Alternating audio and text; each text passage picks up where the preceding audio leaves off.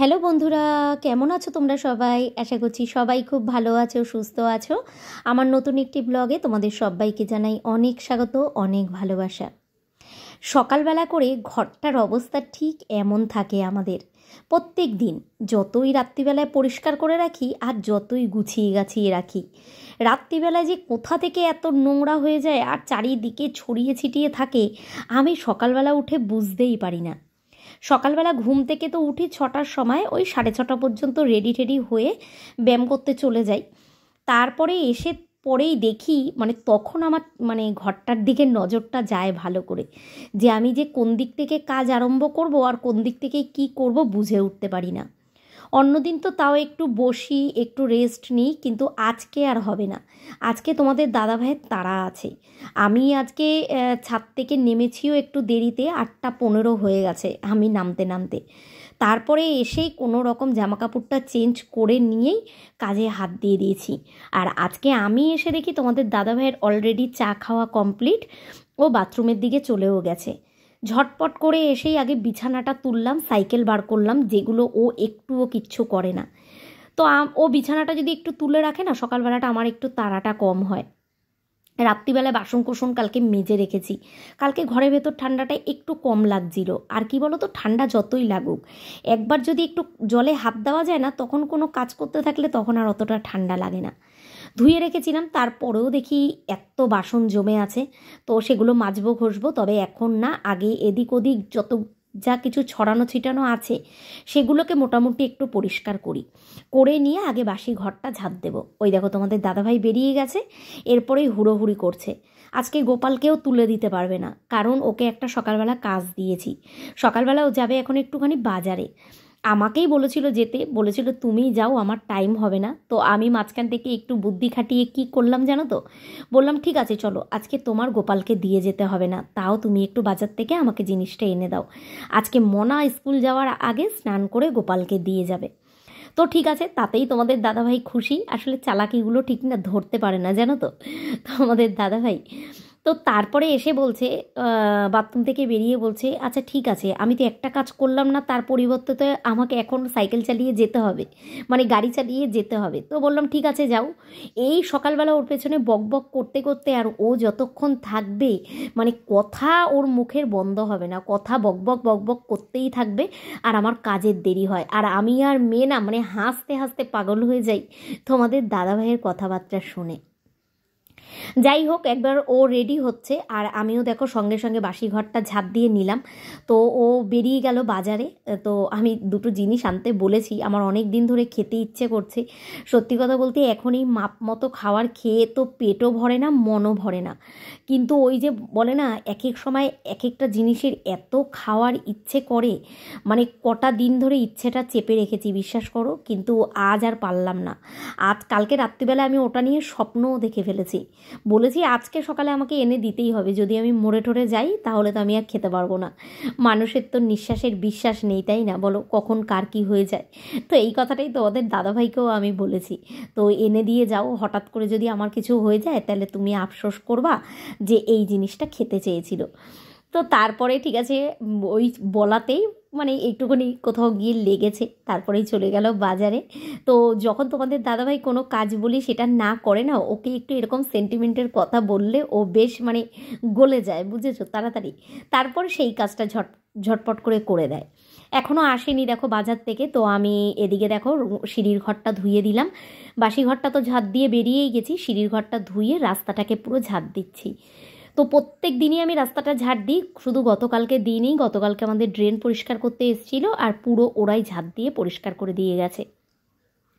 শুধু আমি বলে না, আমাদের এখানে যতগুলো ধরো বাড়ি আছে, তো সবাই সবার বাড়ির সামনের রাস্তা নিজেরাই ঝাঁট দিই। তাতে কি বলো তো, দেখতেও ভালো লাগে। বাড়ির সামনে টামনে পরিষ্কার থাকলে কত ভালো লাগে না দেখতে, বাড়ির পরিবেশটাই কিন্তু অন্যরকম লাগে।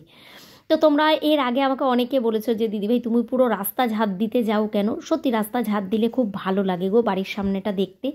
প্রত্যেক দিন আমি দিই না, কোনো দিন আমি দিই, কোনো দিন আমার যা দেয়, কোনো দিন আমার শাশুড়ি মা দেয়। আর আমাদের আগের জমিটায় যখন বাড়ি ছিল তখন ওই কাকিমাও দিত। মানে আমরা মিলিয়ে মিশিয়ে সবাই মিলে রাস্তাটা ঝাঁট দিতাম প্রত্যেক দিনই। তাতে রাস্তাটা দেখতেও ভালো লাগে, বাড়ির সামনেটা পরিষ্কার থাকে। ভেতরে কি আছে না আছে এইটা কিন্তু মানুষ দেখবে না। হঠাৎ করে একটা বাইরে থেকে মানুষ আসলে আগে কিন্তু সে তোমার ওপরটা দেখেই বিচার করবে, তারপরে তো ভেতরটা দেখবে, তাই না?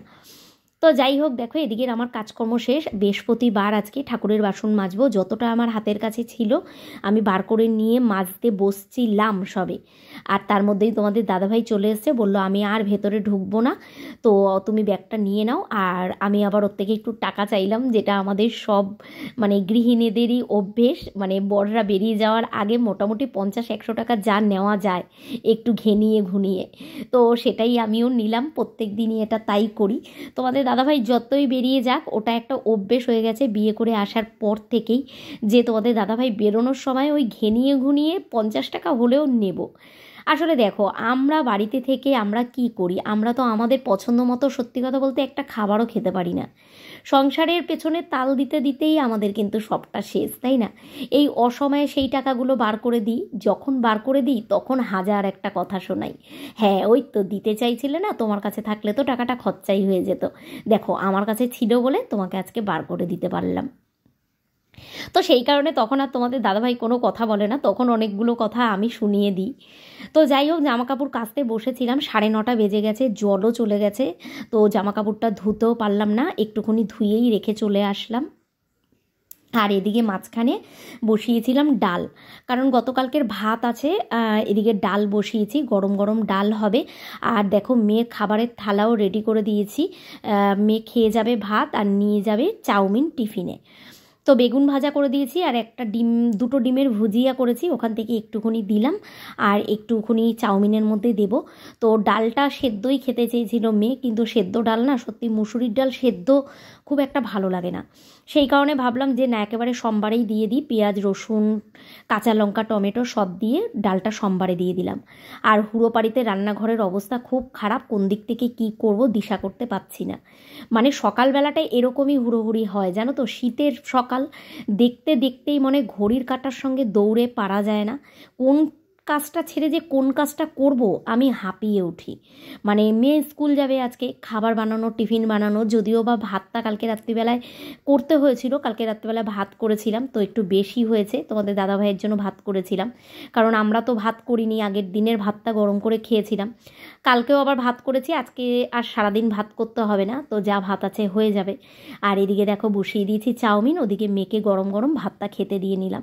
আর আমার রান্নাঘরটার অবস্থাটাও তোমাদের একবার দেখিয়ে দিলাম, বুঝেছো? হুড়োপাড়ি থাকলে বাসনের মতো বাসন বেরিয়ে যায়, আর মানে পুরো অগোছালো হয়ে যায়, কোন দিকে যে কি করব দিশা করে উঠতে পারি না। গাজর দিয়ে একটা আলু, গাজর, বিনস সব দিয়ে আজকে চাউমিন করতে নিয়েছি। কালকে মেয়ে রাত্রিবেলায় বলছে মা অনেক দিন না চাউমিন খাই না, কালকে একটু টিফিনে চাউমিন দেবে?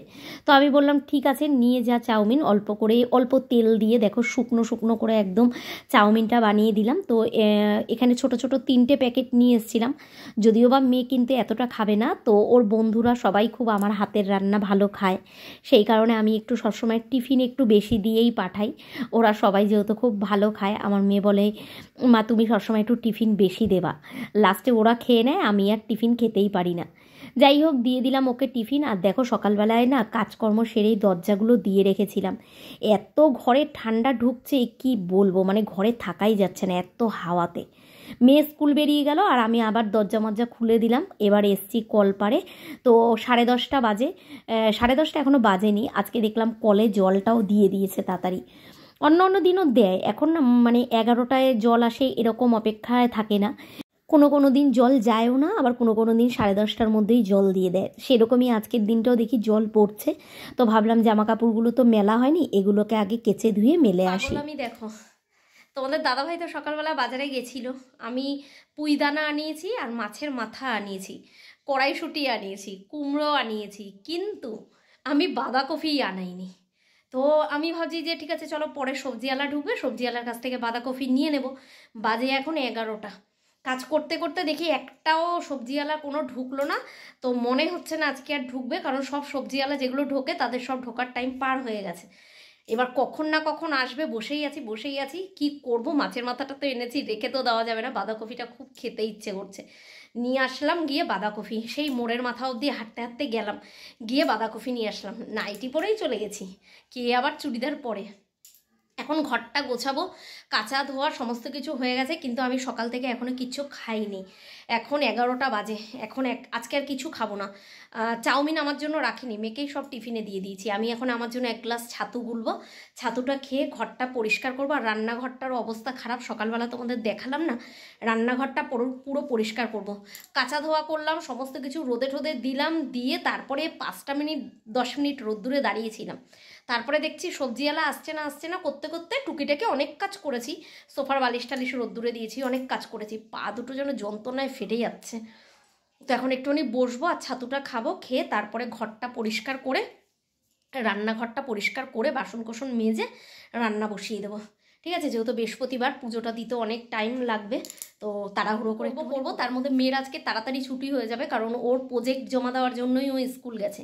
যদি আমি কাজ সাথে সাথে ও চলে আসে তাহলে ওই পুজো দেবে বলেছে। আসলে শাড়িটা আমি পরিয়ে দিই আর বৃহস্পতিবার করে পুজোটা ও দিয়ে দেয়, সেই কারণে অসুবিধা নেই। বলেছে মা তুমি কাজ সব করে নাও, আমি যদি চলে আসি আমি পুজো দিয়ে দেবো। তাই মনে হয় ঠিক আছে চল, তো তাই করব। এখন দেখা যাক কদ্দূর কী করি। জল চলে এসছে আবার, মানে জল যেতে পারে না, আবার চলে এসছে।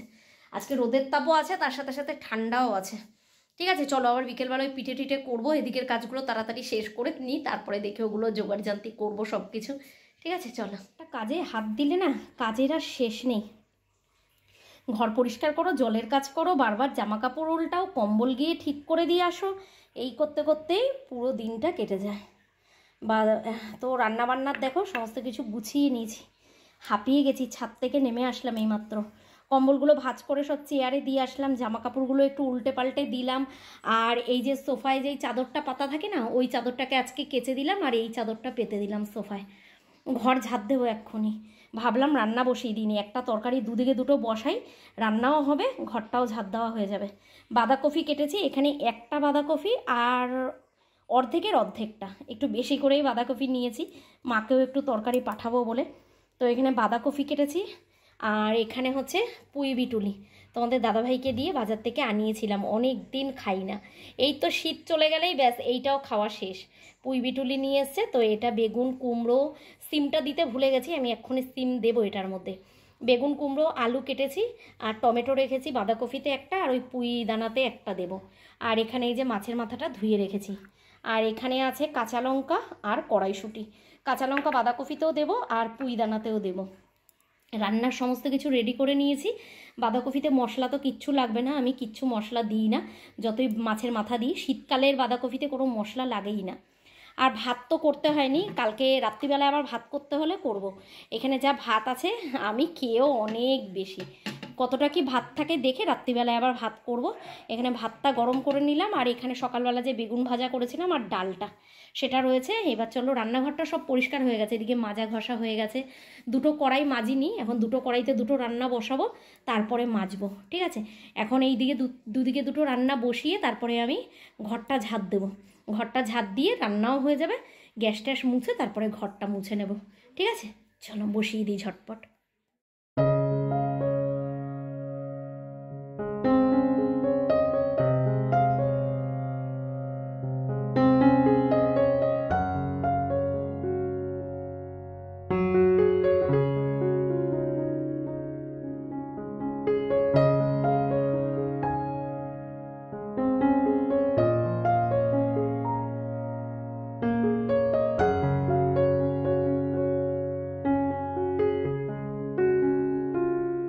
প্রতিবার অনেকবার খাওয়া হয়ে যায় জানো তো। এই শীতকালে মাছের মাথা দিয়ে বাঁধাকপি খেতে দারুণ লাগে, কিন্তু অনেকটা যেহেতু রিচ হয় আর একটু তেলও বেশি দিতে হয়, তো সেই কারণে এইবার এখনও খাইনি।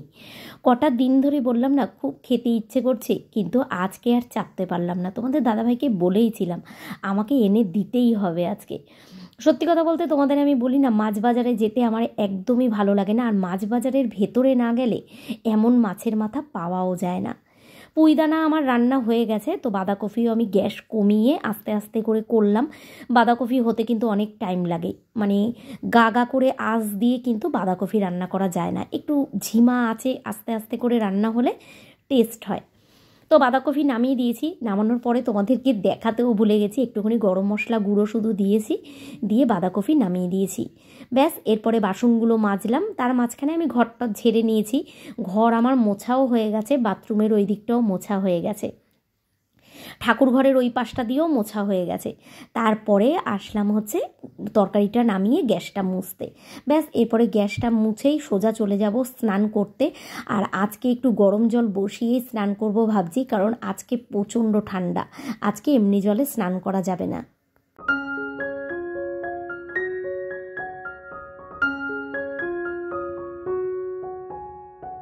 বললাম না, আমি কাজকর্ম সারতে সারতে সবে ঘরটা মুছে স্নান করতে যাব, তো মেয়ে চলে এসছে। তো ভাবলাম যে ঠিক আছে, মেয়ে আগে এসেই ঠাকুর ঘরে দেখলো পুজো দেওয়া হয়েছে নাকি, তো দেখলো না হয়নি, ও ঢুকে গেল পুজো দিতে।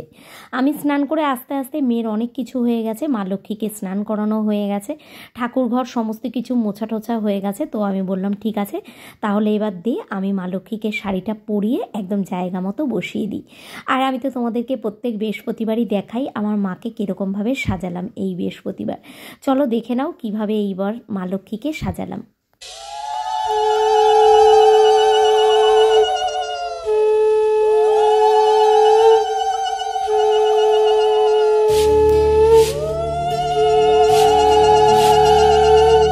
এসো মা লক্ষ্মী, বসো মা লক্ষ্মী, থাকো মা লক্ষ্মী ঘরে ঘরে। একবার যদি মনে করো যে ঠান্ডার মধ্যে শুয়ে পড়ি, তাহলে তো বুঝতেই পারো যে কতটা ভয়ঙ্কর শীতকালটায় ওঠা। খাওয়া দাওয়া করে ভেবেছিলাম শোবই না, কিন্তু আজকে গল্প করার মতো আমার সঙ্গীও কেউ ছিল না, ছাদেও ভালো লাগছিল না, এত হাওয়া দিচ্ছিল। ভাবলাম ঠিক আছে চলো 10টা মিনিট একটু পিঠটা হেলিয়ে দিয়ে টিভি দেখি। টিভি দেখতে দেখতে যে কখন একটু চোখটা লেগে গেছে বুঝতেই পারিনি। তারপরে পড়ে গেল সন্ধে, পাঁচালি পড়লাম, গোপালকে শোয়ালাম, অনেক টাইম চলে গেল, বেজে গেল 7টা। তার মাঝখানে আমি কাজ করেছিলাম, কি কাজ করেছি সেটা তোমাদের পরে দেখাবো, সব করে রেখেছিলাম। ভেবেছিলাম শোবো না, বিকেলই করব, কিন্তু ওই যে বলে না বাঙালি হচ্ছে এমনই, ভাত খাওয়া হলেই ভাত খাওয়ার পরে একটা ঘুম দরকার। দুপুরবেলায় সব মাখিয়ে রেখেছিলাম, ভেবেছিলাম বিকেল থেকে করব। ওই যে আমার কুড়েমি, একবার গিয়ে একটুখানি শুয়ে পড়েছি। তারপরে যেহেতু বৃহস্পতিবার পাঁচালি টাচালি পড়লাম, অনেকটা লেট হয়ে গেল, সন্ধেবাতি ধরিয়ে পাঁচালি পড়লাম, তারপরে একটু বসলাম, সব কিছু করতে করতে অনেক দেরি। সেই খাওয়া দাওয়া কমপ্লিট করেই আমি রেডি করে রেখেছিলাম, ভেবেছিলাম বিকেলবেলা আর একটু শোবও না, বিছানার সামনেও যাব না, দাঁড়িয়ে দাঁড়িয়ে সব পিঠেগুলোকে ভেজে ফেলবো। কিন্তু ওই যে কুড়েমি, ঠান্ডার মধ্যে ইচ্ছেই করছিল না, ভাত খাওয়ার পরে যেন পুরো জমে গেছি। এখানে চালের গুঁড়ো, এটা চালের গুঁড়োর মধ্যে অল্প একটু নুন দিয়েছিলাম আর গরম জল করে চালের গুঁড়োটাকে এরকম ব্যাটার বানিয়ে রেখেছি। এটা করব, সাজের পিঠেটা করব, ঠিক আছে। এটা করার কোনো প্ল্যান ছিল না, কিন্তু চালের গুঁড়োটা দেখলাম বেশি আছে, 500 নিয়ে এসেছিলাম চালের গুঁড়ো কালকে, তো সেই কারণে একটু এই পিঠেটাও বানাবো অল্প করে। আর এখানে দেখো মেখে রেখেছি, ইচ্ছে ছিল মালপোয়া করব, তারপরে দেখলাম যে সুজি তো 1 প্যাকেট নিয়ে এসেছি, 1 প্যাকেট সুজি তো এই পাটিসাপটার মধ্যেই লাগবে। হ্যাঁ, পাটিসাপটা করব। এখনও নারকেলটা কোরানো বাকি, তোমাদের দাদাভাই চলে এসছে, স্নান করতে গেছে, ঠিক আছে। ও বেরালে ওকে বলেছি একটুখানি নারকেলটা কুড়িয়ে দিতে, আমার ঠান্ডার মধ্যে এখন আর ইচ্ছে করছে না। একটাই নারকেল, তো একটা নারকেল বেশিক্ষণ লাগবে না। এখানে দেখো গুড় দিয়েছিলাম, এখনও পাটালি গুড় গলেনি, সেই আমি তখন গুলেছি, কটা বাজে বলো তো, 4টে মতো বাজে, তখন আমি গুলে রেখেছি, এখনও পাটালি গুড়টা গলেনি। এখানে ব্যাটারে আর একটু পাতলা করতে হবে, এটা গাঢ় হয়ে আছে, আর একটু জল দিতে হবে, জলই দেবো, দুধ দেবো না, কারণ একটুখানি দুধ দিয়ে আমি গুলেছিলাম, আর দুধ দেবো না, এবার একটু জলই দেবো, দিয়ে এই ব্যাটারটাকে ঠিক করব, করে পাটিসাপটা বানাবো আর সাজের পিঠে বানাবো। আর এখানে তো বসালাম দুধ জাল, 2 প্যাকেট দুধ জালের জন্য বসিয়েছি, সাজের পিঠেগুলো ভেজে আমি এটার মধ্যে দেব, আর কিছু শুকনো রাখবো, ঠিক আছে। এটা ফুটে গেলে এটার মধ্যে আমি গুড় দেবো, তবে এখন না, গুড়টা আমি পরে দেবো, আগে দুধটা ভালো করে ফুটুক তারপরে। আর কড়াইটা তো খুঁজেই, মানে চাটুটা তো খুঁজেই পাচ্ছিলাম না, গতবার তোমাদের মনে আছে সেই আমি সাজ কিনে এনে সাজের পিঠে শাশুড়ি মায়ের ঘরে করছিলাম, সাজ পুরো ভেঙে গেছিলো। তো তারপরে তোমাদের দাদাভাই এই ননস্টিকের এটা সেই 600 টাকা দিয়ে সঙ্গে সঙ্গে, না 650 টাকা না 700 টাকা দিয়ে সঙ্গে সঙ্গে এই ছোটো তাওয়াটা কিনে নিয়ে এসেছিলো। তাওয়াটা খুব সুন্দর, এটার মধ্যে একটু একটু করে তেল লাগিয়ে নেব। আর একটা জিনিস হয়েছে, এই ঢাকনাটার না নাটটা খুলে গেছে, এখানটা একটা নাট ছিল, নাটটা খুলে গেছে বলে ওপরের ঢাকনারিটাও খুলে গেছে। সেই কারণে আমি বুদ্ধি করে এইভাবে একটা কাগজ দিয়ে করেছি, কারণ এই তো ঢাকাটা দেবো, হাওয়া বেরালে তো হবে না, সেই কারণে আটকে দিয়েছি। আর খোলার সময়ও ভাপও লাগবে না, এইভাবে ধরবো। বুদ্ধিটা ভালো না? তো চলো এরপরে আগে এটাই বানানো আরম্ভ করি, তারপরে পুরটা বানিয়ে পাটিসাপটাটা করব। শীতকালটা হচ্ছে এমনিতেই কুড়েমির কাল আমার কাছে, বলি না আমার যত গরম পড়বে আমার খুব ভালো লাগে। শীতকালটা এমনিতেই কুড়েমির কাল, তারপরে যদি হয় সেখানে পিঠে ফিঠে বানানোর, বিশ্বাস করবে না আমার এই সন্ধ্যের থেকে দাঁড়িয়ে থাকতে থাকতে আমার যেন দুটো পা পুরো ছিঁড়ে যাচ্ছিল। সারাদিন তো সংসারের কাজকর্ম, সন্ধেবেলার থেকে আমার মনে হয় না এক গ্লাস জলও আমি ভরে কাউকে দিই, আমার এত কুড়েমি লাগে। সেখানে দাঁড়িয়ে দাঁড়িয়ে এই পিঠেগুলো ভাজা, না পুরোটা আমি করিনি, এই সাজের পিঠে আমি 2 বার তুলেছিলাম, তারপরে পুরোটাই আমার মেয়ে ভেজেছে। ও আবার এটা খুব ভালোবাসে জানো তো, আমার সামনের থেকে সরছেই না, মানে আমি কতক্ষণে সরবো আর ও এখানে পিঠেটা ভাজবে। ও খুব ভালোবাসে এই পিঠেটা ভাজতে। বললাম ঠিক আছে চল, করতে যখন চাইছে করুক। এই দেখো আমি এই এক পাটটা তুলে দিয়েই আমি সরে গেছিলাম, আমি গিয়ে একটু বসেছিলাম, তারপরে মেয়ে এগুলো সব কটা ভেজেছে। আর আমি ওকে বলেছিলাম যে তুই দুধটা ওদিকে ফুটছে, ভালো মতো ঘন হয়ে গেছে, একেবারে গরম গরম পিঠেগুলো দুধের মধ্যে দিয়ে দিবি। আর তোমাদের দাদাভাই স্নান করে এসেই নারকোলটা কুড়িয়ে দিল, আর আমি এদিকে দেখো পাটিসাপটার জন্য পুরটা করে নিলাম, চিনি দিয়ে করলাম, কারণ পাটালি গুড় একটাই নিয়ে এসেছিলাম, ওটা শেষ হয়ে গেছে। মা ঠাকুমাদেরই আগাগোড়াই দেখতাম যে এই বেগুনের বোটাটা দিয়ে খুব সুন্দর করে তেল দিয়ে চারিদিকে মাখিয়ে নিত। ওই যে সব বড়দের দেখেই তো সব জিনিস আমাদের শেখা, তো সেইভাবেই আমিও যখনই পিঠে করি এই বেগুনের বোটাটা দিয়েই মানে সুন্দর করে তেলটা লাগিয়ে নিই। তো দেখো তাওয়াটা একটু বেশি গরম হয়ে গেছে, তো একটু লাল লাল হয়ে গেছে। তবে আমাদের বাড়িতে আবার সবাই এরকম লাল লালই ভালো খায়, কিন্তু আমার মেয়ে আবার একটু সাদা সাদা পাটিসাপটা হলেই বেশি ভালো খায়। এই যে পরেরগুলো খুব সুন্দর উঠছে, তো এবার এই করে পাটিসাপটাগুলোও সব ভেজে নেব।